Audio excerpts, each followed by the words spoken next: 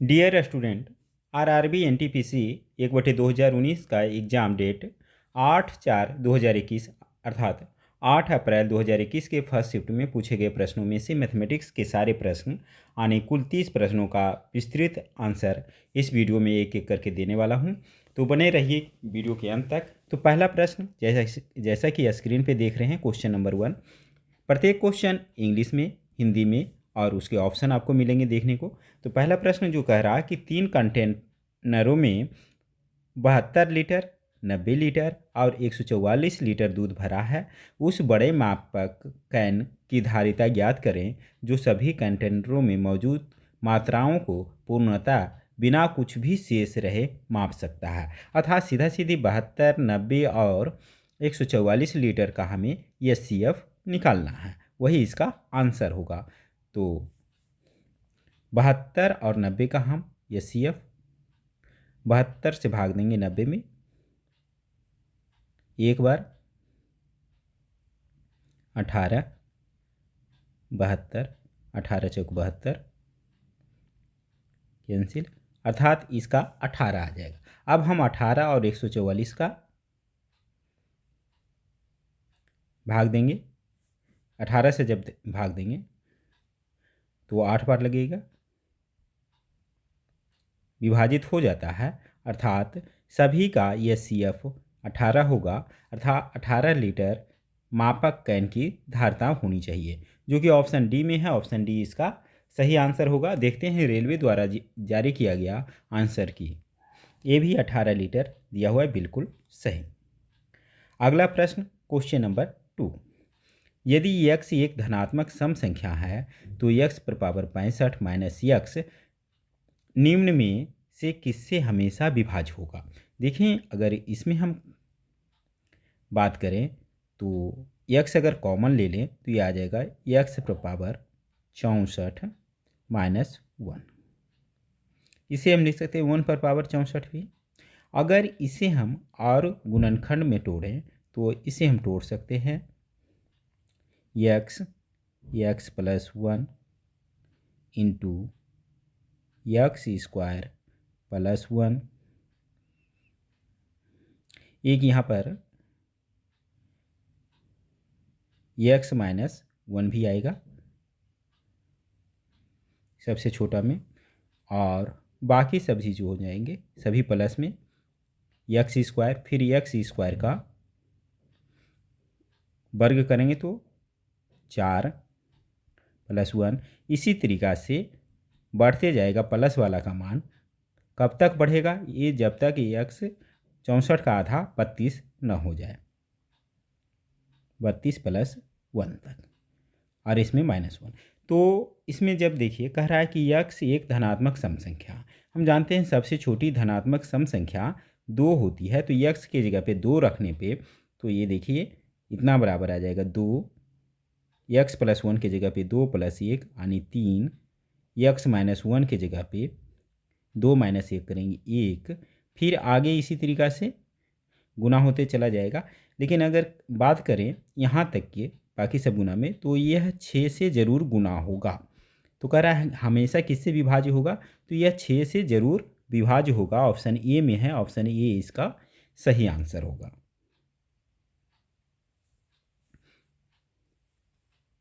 देखते हैं रेलवे का आंसर क्या है। 6 दिया हुआ है, बिल्कुल सही आंसर। अगला प्रश्न, क्वेश्चन नंबर 3। ये किसी कार्य को 10 दिन में पूरा कर सकता है और बी उसी कार्य को 4 दिन में पूरा कर सकता है, तो दोनों मिलकर उसी कार्य को कितने दिनों में पूरा कर सकते हैं। तो दोनों मिलकर कितना दिन में पूरा कर सकते हैं, ये हो जाएगा दोनों का 1 दिन का काम, पहले का 1/10 भाग, दूसरे का 1/4 भाग। तो दोनों मिलकर के 1 दिन का काम, ये आ जाएगा 20, 10 दूना 20 प्लस 4 पचे 20, अर्थात 7/20 भाग। अगर दिन में बदले कितना दिन लगेगा तो इसका उल्टा कर दें, यानी 20/7 दिन लगेंगे, जो कि ऑप्शन ए में है। ऑप्शन ए इसका सही आंसर होगा। देखते हैं रेलवे का आंसर, 20/7 बिल्कुल सही। अगला प्रश्न, क्वेश्चन नंबर 4। यदि संख्याओं के एक समूह का मानक विचलन 3 है और इन संख्याओं का समांतर माध्य 6 है, इन संख्याओं का विचरण गुणांक कोफिशिएंट ऑफ वेरिएशन ज्ञात करें।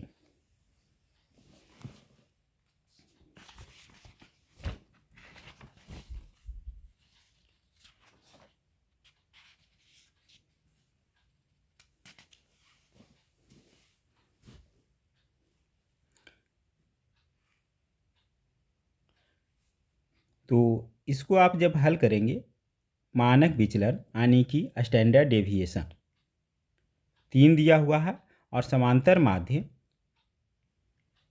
यानी आंकड़ों का योग बटे आंकड़ों की संख्या 6 दिया हुआ है, तो विचरण गुणांक का मान क्या होगा?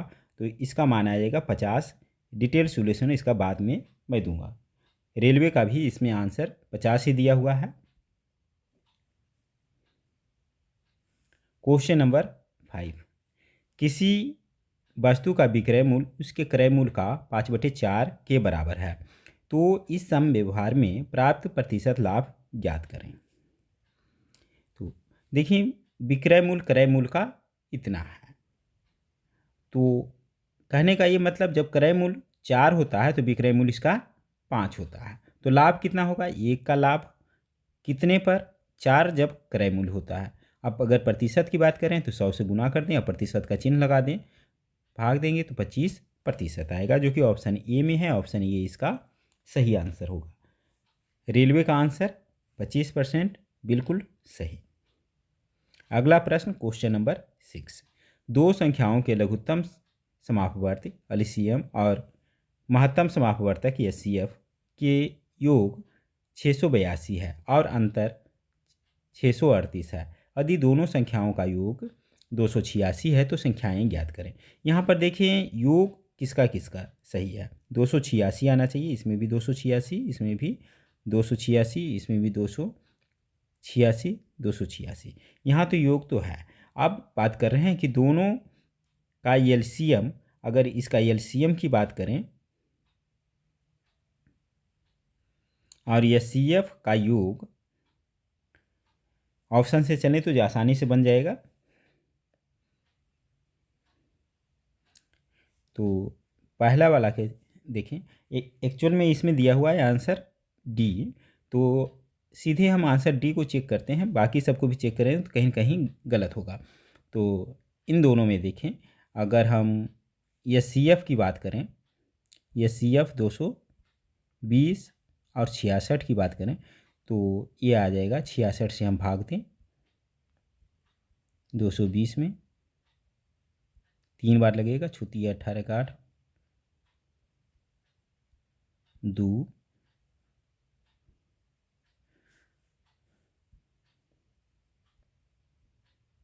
22 दिया 66। एचसीएफ इसका 22 आ गया। अगर एलसीएम की बात करें तो हम जानते हैं कि एलसीएम बराबर हम ऐसे भी निकाल सकते हैं, दोनों का गुणनफल कर दें और एचसीएफ से भाग दे दें।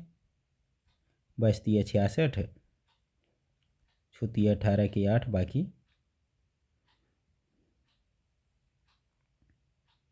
1, छुती 18 1 19।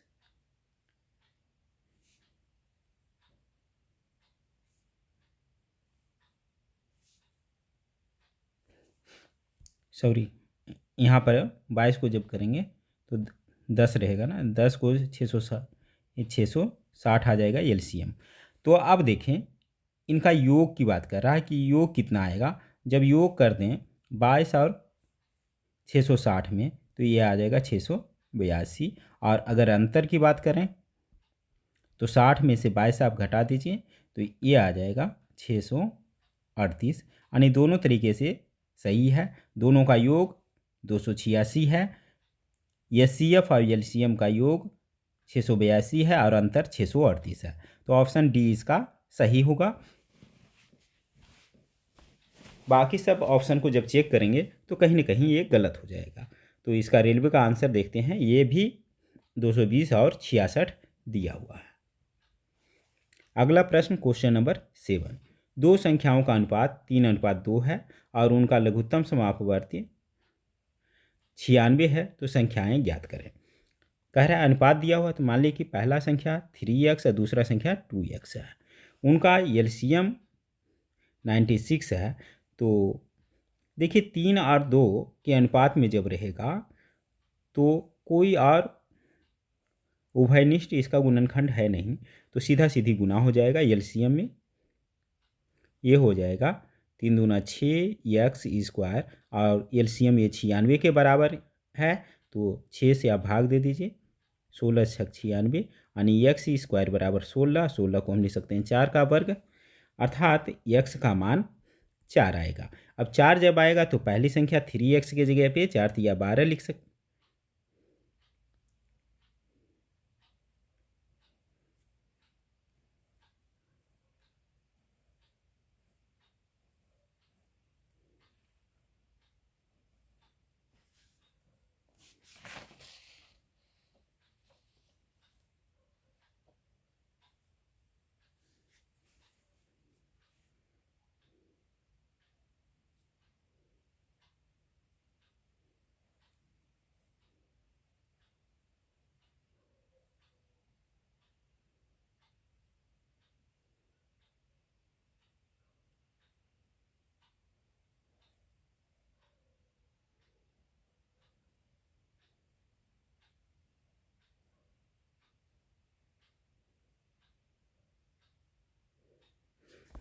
इसमें एक चीज़ गलती हो रहा है, यहाँ पर x² नहीं बल्कि सिर्फ x होगा, तो 16 आ जाएगा, यानी कि x का मान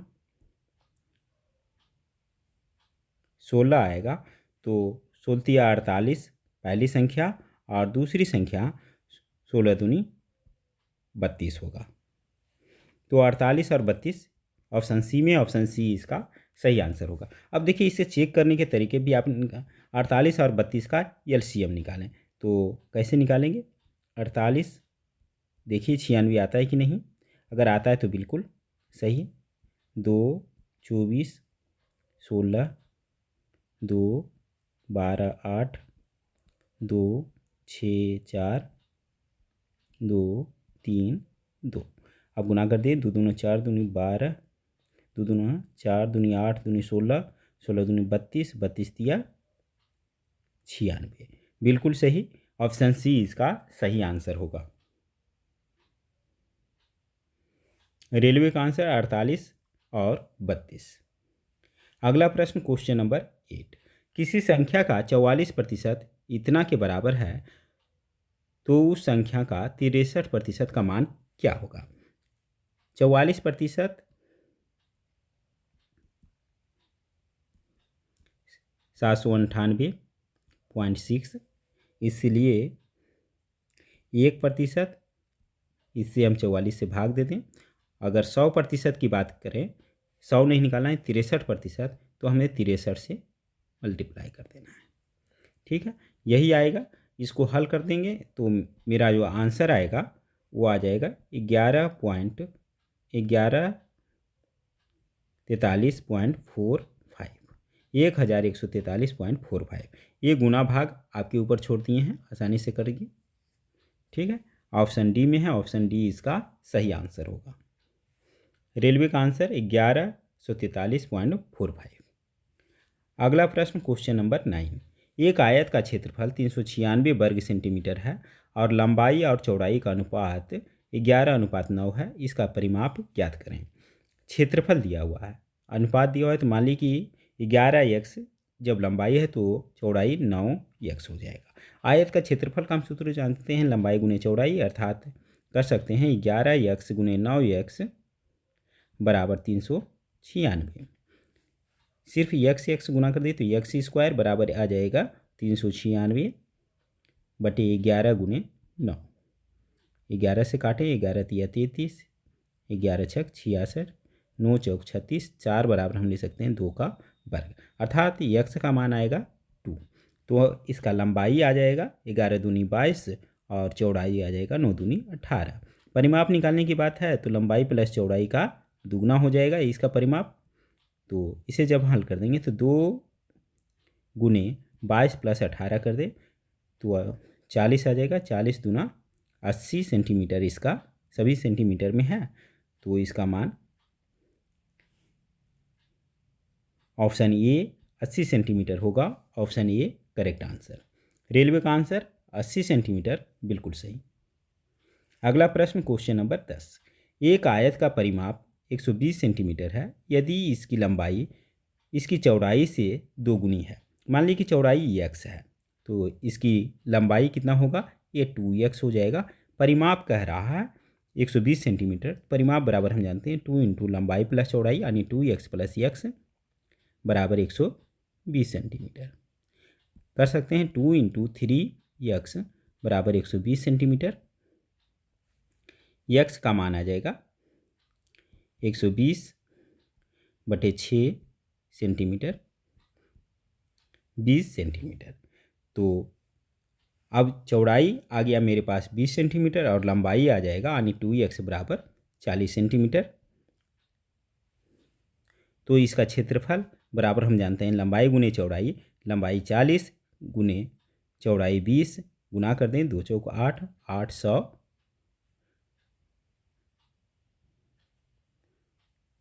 सभी सेंटीमीटर में है तो वर्ग सेंटीमीटर आएगा।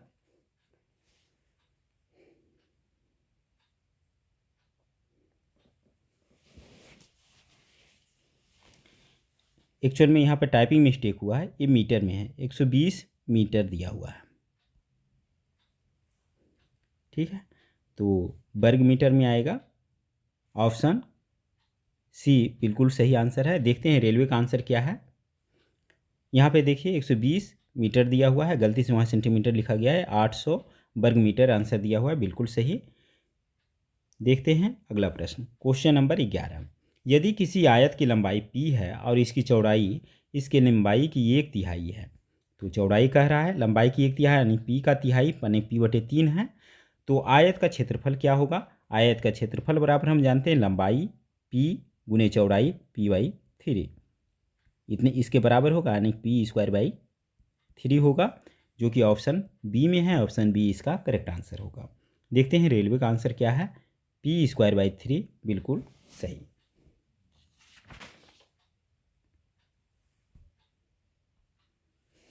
Question number 12। राम ने 20 रुपया में 5 केले खरीदे और उन्हें 15 रुपये में 3 के भाव से बेच दिया, उसका प्रतिशत लाभ ज्ञात कीजिए। देखिए ऐसे प्रश्न को आसानी से हल करने के लिए 5 केला खरीदा और 3 केला बेचा, तो इसका पहले एलसीएम निकाल लो। एलसीएम 5 और 3 का कितना होगा, कुछ नहीं होगा, तो सीधे गुना हो जाएगा 15। अब क्या करो, 15 केले पहले खरीदो। जब 15 केले खरीदना है तो हमें 5 केला 20 रुपये में मिलता है, तो 15 केला कितना रुपये में मिलेगा, 60 रुपये में मिलेगा। ठीक है, आप 15 किलो को बेच दो।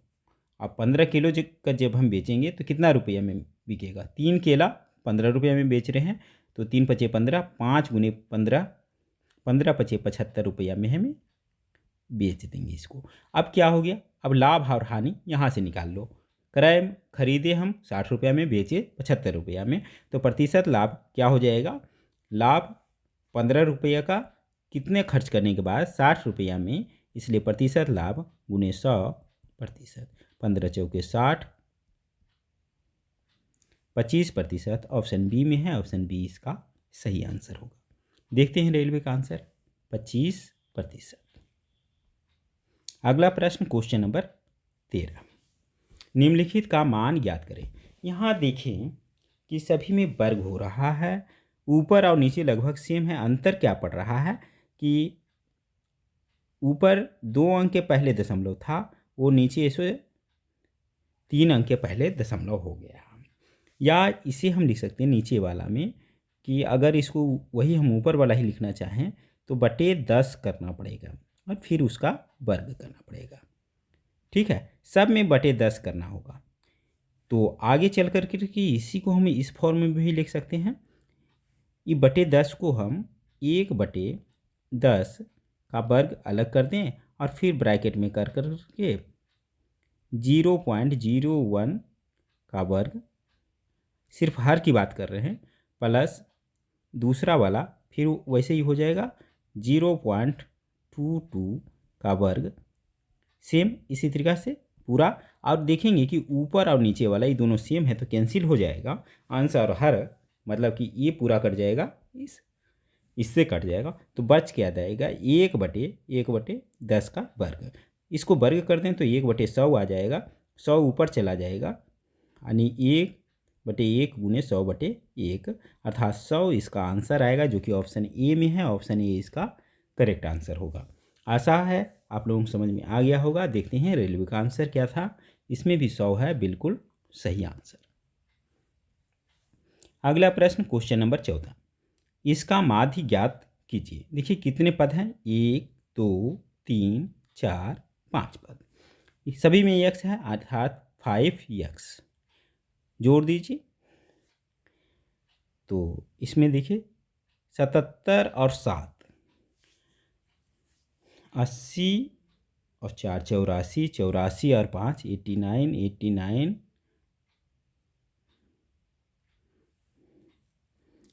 92, 92 में से 2 माइनस करेंगे 90 प्लस में -2 है, ध्यान दीजिएगा यहाँ पर, बाकी सब जगह प्लस है।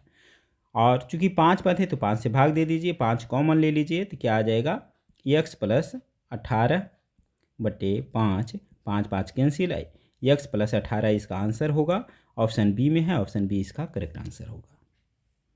रेलवे का answer x + 18। Question number 15, x किसी कार्य को 14 दिन में कर सकता है। बाई यक्स की तुलना में 40% अधिक कार्यकुशल है। बाई को अकेले उसी कार्य करने में कितने दिन लगेंगे। देखिए अधिक कार्यकुशल है तो 14 दिन से कम समय लगेगा इसको। तो कैसे कम समय, 100 चूँकि 140 है तो 100 के बदले ये जब 100 काम करता है तो ये 140 काम करता है, इसलिए 140 से भाग देते हैं। 0 0 कैंसिल, 14 14 कैंसिल, अर्थात 10 बच गया, यानी कि जो काम 14 दिन में होता था वो 10 दिन में ही कंप्लीट हो जाएगा, जो कि ऑप्शन डी में है। ऑप्शन डी इसका करेक्ट आंसर होगा। रेलवे का आंसर 10। क्वेश्चन नंबर 16, यक्स की आय बाई की आय से 40% कम है, तो बाई की आय यक्स की आय से लगभग कितने प्रतिशत अधिक है। ऐसा में किससे अधिक कम है उसको पहले 100 मान लीजिए। मान लीजिए कि बाई का 100 है, अब यक्स का कह रहा है कि इससे 40% कम है। जब ये 100 है तो 40 कम अर्थात यक्स का 60 है, तो कह रहा है कि बाई का यक्स की आय से कितना अधिक है। अधिक कितना है, 40 अधिक है यक्स से, जबकि यक्स का मान 60 है। अगर यक्स का मान 100 रहे तो कितना होगा, यही प्रतिशत होगा।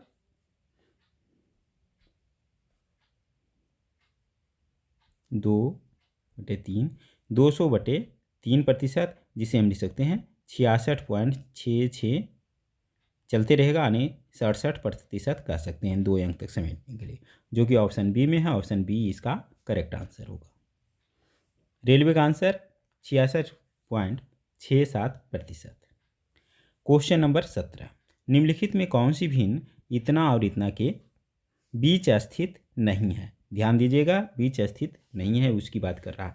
अगर इसे हम दशमलव में बदले तो लिख सकते हैं 0.18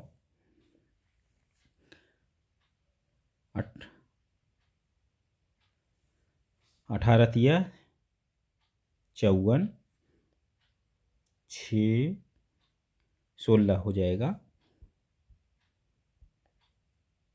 फिर 18 से भाग देंगे,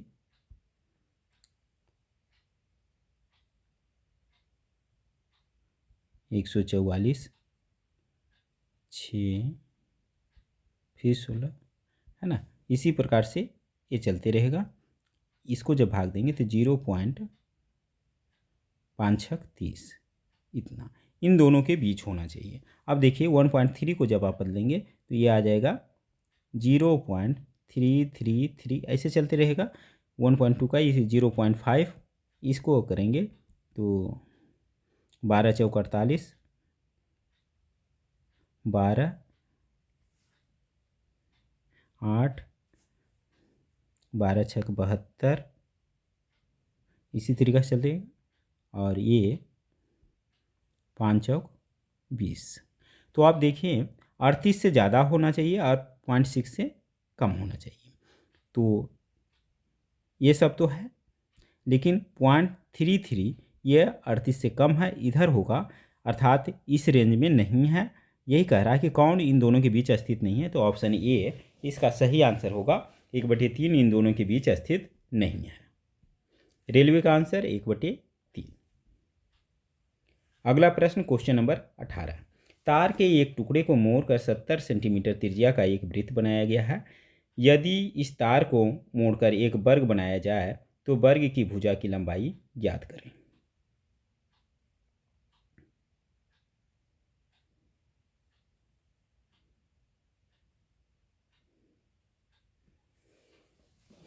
तो देखिए 70 सेंटीमीटर त्रिज्या का एक वृत्त है, तो अगर इसका परिधि कहें तो आ जाएगा 2πr। पाई की जगह पे कह रहा है कि 22/7 लेना है, 22/7 ले लें और r का मान 70 सेंटीमीटर 10, ये आ जाएगा 22 दूनी 44, 440 सेंटीमीटर। यही मोड़ करके जब वृत्त वर्ग बनाया गया तो वर्ग की भुजा की लंबाई क्या हो जाएगा, हम जानते हैं परिमाप का चौथाई, अर्थात 440 का 4 भाग इतना, अर्थात 110 सेंटीमीटर, जो कि ऑप्शन बी में है। ऑप्शन बी इसका करेक्ट आंसर होगा। देखते हैं रेलवे का आंसर क्या था, 110 सेंटीमीटर। Question number 19। निम्नलिखित में कौन सी संख्या शून्य के निकटतम है। अगर इसका वर्ग कर दें तो ये होगा 9×81। अब 81 जो आएगा, ये 2 अंक के पहले दशमलव है, वर्ग करेंगे तो 4 अंक के पहले दशमलव, इतना आएगा। ठीक उसी तरीक़ा से अभी इसको जब माइनस कर देंगे एक में, इतना का तो निकाल दिए थे, तो अर्थात 1 - 0.0081, ये जब करेंगे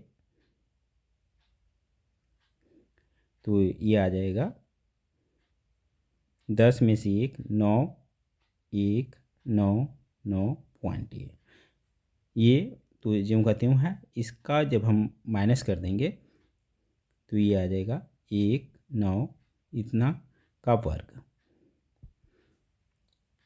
तो इसका जब वर्ग करेंगे 91 × 91, 91 को एक बार करेंगे 91, 9 बार से गुना कीजिए, 9 9 में 81,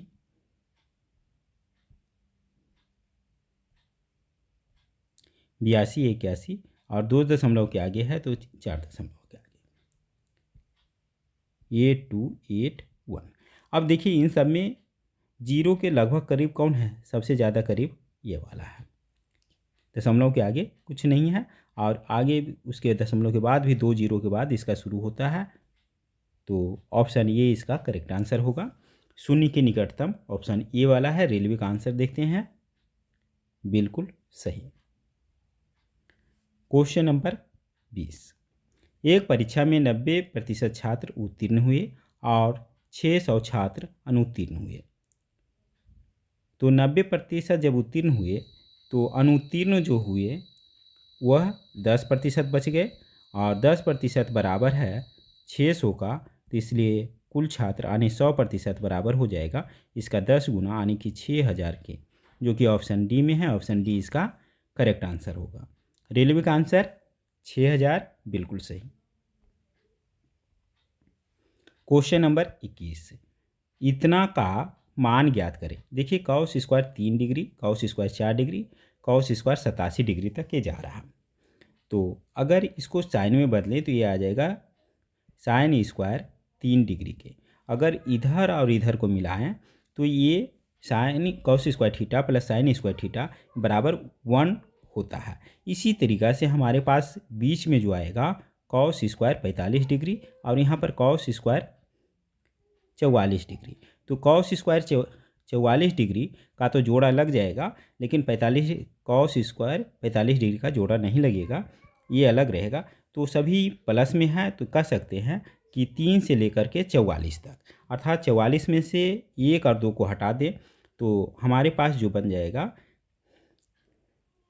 44 में से 2 माइनस करें तो 42 बच जाएगा। 42 हमारे पास जोड़ा वाला का आंसर आ जाएगा। अब प्लस इसमें हमें ऐड करना पड़ेगा कॉस स्क्वायर 45 डिग्री। अब कॉस स्क्वायर 45 डिग्री का मान हमें मालूम है, कॉस 45 डिग्री 1/√2 और इसका वर्ग कर दीजिए तो ये आ जाएगा 42 प्लस 1/2। इसको जब हल कर देंगे तो ये आ जाएगा 85/2, जो कि ऑप्शन डी में है। ऑप्शन डी इसका सही आंसर होगा।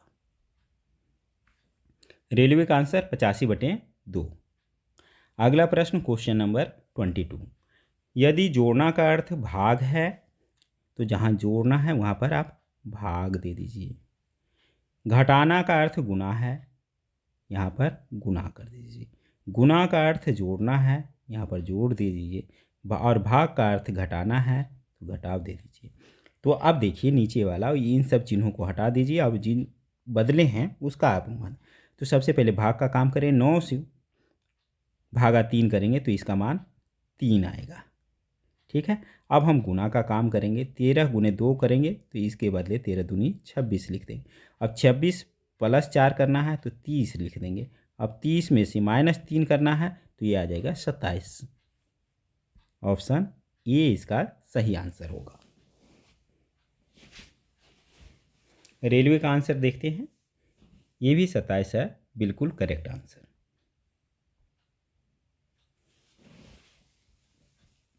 Question number 23। वह छोटी से छोटी संख्या ज्ञात कीजिए जिसे 9, 8, 10 और 12 से विभाजित करने पे प्रत्येक मामले में 3 शेष बचता है। छोटी से छोटी संख्या ज्ञात करना है, अर्थात एलसीएम हमें ज्ञात करने की ज़रूरत है किसका, 9 से लेकर करके 9, 8, 10, 12 का। तो हम कर लेते हैं। 9, 8, 10, 12। 2 से हम भाग देंगे।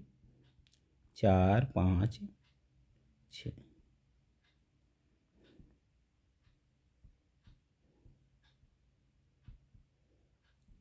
3 से 3 दिया 9,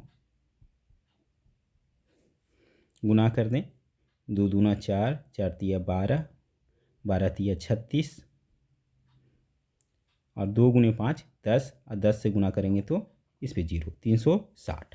अभी आंसर नहीं मिलेगा, ये तो पूरा पूरा भाग लग जाएगा, लेकिन 3 शेष भी बचना चाहिए। तो हम क्या करें, ये एलसीएम में 3 शेष जोड़ दें, अर्थात 363 सही आंसर होगा, जो कि ऑप्शन बी में है। ऑप्शन बी इसका करेक्ट आंसर होगा।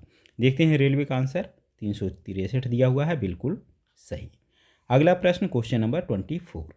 5 से बड़ी किंतु 18 से छोटी सभी अभाज्य संख्याओं का योग का 1/3 इनमें से किसके वर्ग के बराबर है। तो सबसे पहले 5 से बड़ी और 18 से छोटी सभी अभाज्य संख्याओं को निकालना है। तो 5 से बड़ी और 18 से छोटी अभाज्य संख्याएं कौन कौन है, 7, उसके बाद 11, 13, 17, यही है। तो इसका पहले योग निकालना है, तो योग कर दें।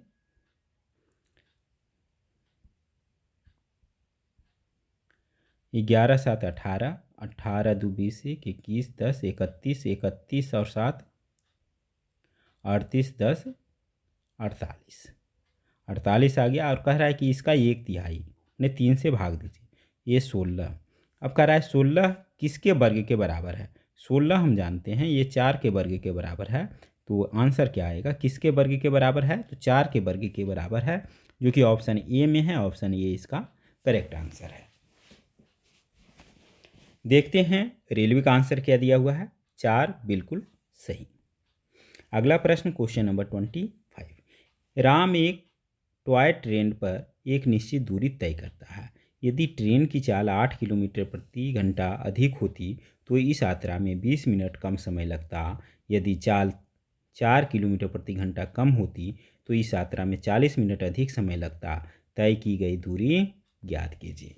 देखिए इस प्रश्न में न तो दूरी दिया हुआ है, न प्रारंभिक चाल दिया हुआ है, सिर्फ अधिक कम दिया हुआ है।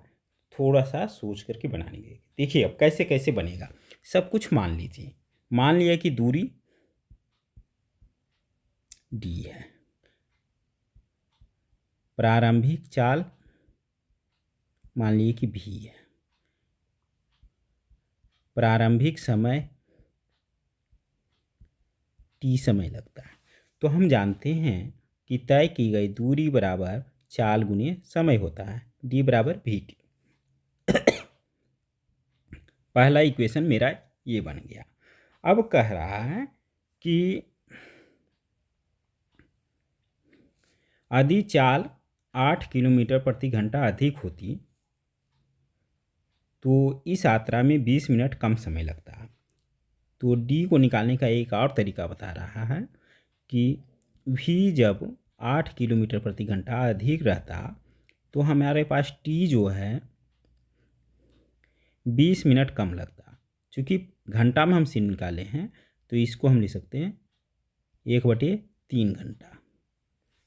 ये हो जाएगा मेरा दूसरा इक्वेशन। फिर कह रहा है तीसरा इक्वेशन कि डी का मान जो है अगर चाल मेरा 4 किलोमीटर प्रति घंटा कम रहता तो समय जो है मेरा 40 मिनट अधिक लगता, यानी टी से 2/3 घंटा अधिक लगता। ये मेरा तीसरा समीकरण। अब देखिए पहला और दूसरा से ये भी डी बराबर है, ये भी डी बराबर है, तो हम लिख सकते हैं वी टी बराबर इन दोनों को गुणा कर दीजिए तो आ जाएगा वी टी 1 और 2 से, वी टी और वी को प्लस 8t माइनस v/3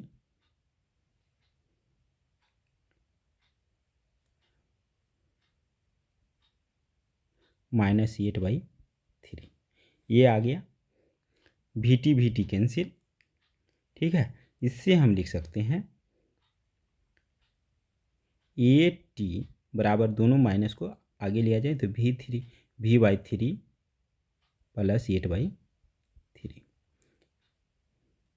या t बराबर हम लिख सकते हैं, इतना ही रहने देते हैं, ठीक है।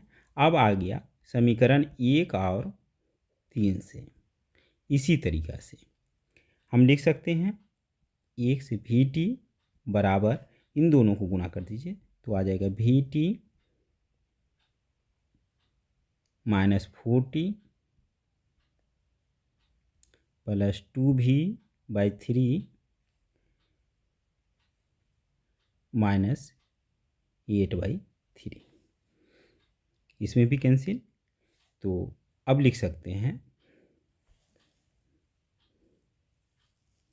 जब 8t बराबर इतना दिया हुआ है इसको आगे कर सकते हैं 4t बराबर 2v/3 माइनस 8/3। अगर दोनों तरफ 2 से गुणा करते हैं तो इधर आ जाएगा, इसको भी 2 से गुणा कर दीजिए, इसको भी 2 से गुणा कर दीजिए, ठीक है। तो इधर 8t बराबर 4v/3 माइनस 16/3। तो 8t के जगह पर अब ये लिख दीजिए, चलिए यहीं पे लिख देते हैं v/3 प्लस 8/3। तो अब देखिए इसमें v/3 माइनस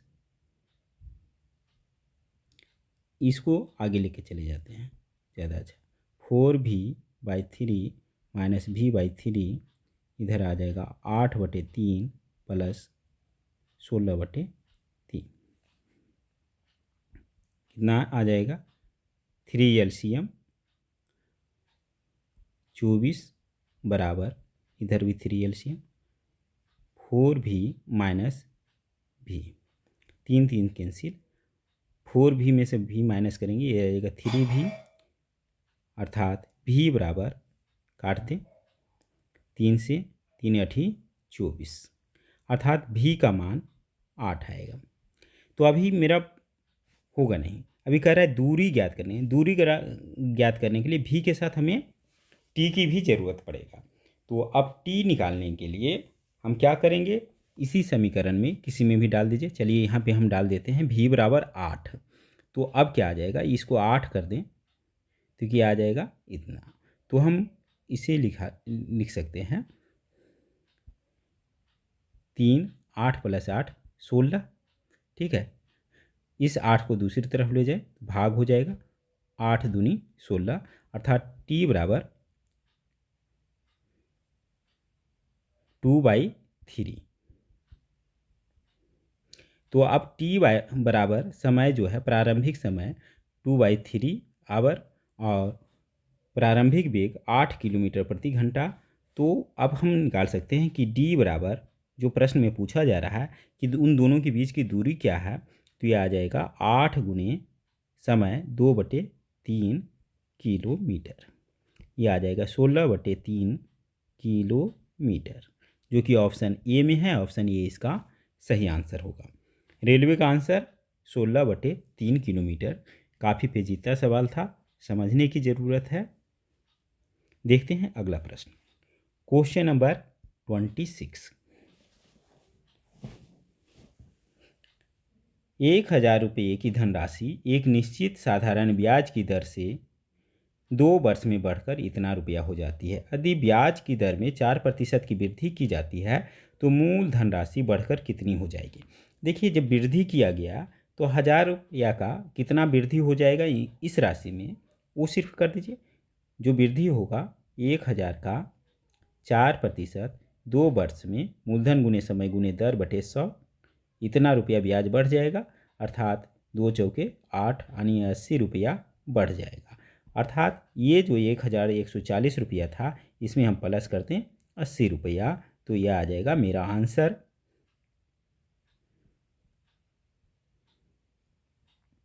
1220 रुपया आएगा, जो कि ऑप्शन सी में है। ऑप्शन सी इसका सही आंसर होगा। रेलवे का आंसर 1220 रुपये। अगला प्रश्न, क्वेश्चन नंबर 27। एक समद्विबाहु त्रिभुज ABC में यदि कोण ए का माप आधार कोण B के माप से दोगुना है तो कोण C का माप क्या होगा। ABC कह रहा है इसका माप B से दुगुना है। मान लीजिए कि B बराबर x है तो ये 2x है, जिसमें कह रहा है कि आधार कोण B है। तो हम जानते हैं कि दोनों आधार कोण बराबर होते हैं। अगर ये x है तो ये भी x होगा, ठीक है। तो अब त्रिभुज का तीनों कोणों का योग हम जानते हैं। यहाँ पर 2x प्लस x प्लस इतना कर दें तो कितना आ जाएगा, 3x 3x 4x, यानी 4x बराबर आ जाएगा 180 डिग्री। त्रिभुज के तीनों कोणों का योग, अर्थात x का मान आ जाएगा 4 से भाग दे दें तो ये आ जाएगा 45 डिग्री। तो कह रहा है कि कोण C का मान कितना होगा, x का मान निकल गया, यानी 45 डिग्री होगा, जो कि ऑप्शन ए में है। ऑप्शन ए इसका सही आंसर होगा। देखते हैं रेलवे का आंसर क्या था, 45 डिग्री, बिल्कुल करेक्ट। अगला प्रश्न, क्वेश्चन नंबर 28। सोने की एक अंगूठी 30% हानि पर इतना रुपया में बेची जाती है। सोने की अंगूठी का क्रय मूल्य ज्ञात करें।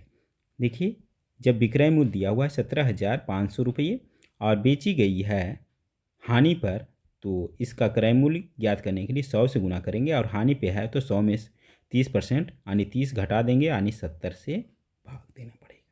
देखते हैं, 7 से भाग देंगे, 7 दूनी 14, 7 पचे 35, 250, अर्थात 25,000 रुपया इसका क्रय मूल्य था। ऑप्शन डी, ऑप्शन सी में है। ऑप्शन सी इसका सही आंसर होगा। रेलवे का आंसर भी 25,000। अगला प्रश्न, क्वेश्चन नंबर 29। किसी समांतर चतुर्भुज के क्रमागत कोणों का योग निम्नलिखित में से किसके बराबर होता है। समांतर चतुर्भुज क्या होता है, जिसके आमने सामने की भुजा बराबर होती है, और इसका क्रमागत कोण, मान लीजिए कि इस कोण और इस कोण का अगर योग करें तो 180 डिग्री होता है। अगर इस कोण और इस कोण का भी मान योग करें, कोई भी लगातार दो कोणों का योग, तो 180 डिग्री होता है। तो जो कि ऑप्शन सी में है। ऑप्शन सी इसका सही आंसर होगा। देखते हैं रेलवे का आंसर कितना था, 180 डिग्री, बिल्कुल करेक्ट। अगला प्रश्न, क्वेश्चन नंबर 30। निम्नलिखित आंकड़ों की माध्यिका ज्ञात करें। माध्यिका ज्ञात करने के लिए हम क्या करते हैं, सबसे पहले आंकड़ों को आरोही या अवरोही क्रम में सजाते हैं। तो अगर आरोही क्रम में सजाते हैं तो सबसे छोटा पहले लिखेंगे, 22 लिखेंगे, इसके बाद वाला 34 है, इसके बाद 39 होगा, इसके बाद 45 होगा, 45 के बाद 54 होगा, एक और 54 है तो 54 दो बार लिखेंगे, ऐसा नहीं कि एक ही बार में ख़त्म कर देंगे। अब इसके बाद में 56, 56 के बाद 68, 78 और 84। अब देखिए एक बार ऐसा करने पे आप ज़रूर मिला लीजिए कि कितने आंकड़े थे। जैसे 2, 4, 6, 8, 10 थे। अब यहाँ पे देखिए आ गया 10, 2, 4, 6, 8, 10। तो अक्सर हाँ छूट जाता है कुछ, तो गिनती कर लीजिए, अगर बराबर है तो छूटेगा नहीं। अब इसमें क्या करना है कि बीच वाला क्या है, आगे से 4 हटा दीजिए, पीछे से 4 हटा दीजिए, है ना। अब बच गए 2 पद। अगर सिर्फ एक बचता तो वही आंसर होता। अब इन दोनों का क्या करना है, औसत निकालना है। औसत क्या होता है, 54 + 54, दोनों का योग कर दीजिए और बटे 2 से भाग दीजिए। इसको जब भाग दीजिएगा तो 54 ही आएगा, क्योंकि दोनों सेम है। अलग अलग रहता तो फिर अंतर हो सकता था। तो इसका माध्यिका 54 होगा, जो कि ऑप्शन बी में है। ऑप्शन बी इसका सही आंसर होगा। देखते हैं रेलवे का आंसर क्या था, 54 ही था, बिल्कुल सही। तो पूरे 30 प्रश्न इस एग्ज़ाम के कंप्लीट। वीडियो अगर पसंद आया है तो लाइक करें, शेयर करें एवं सब्सक्राइब करें।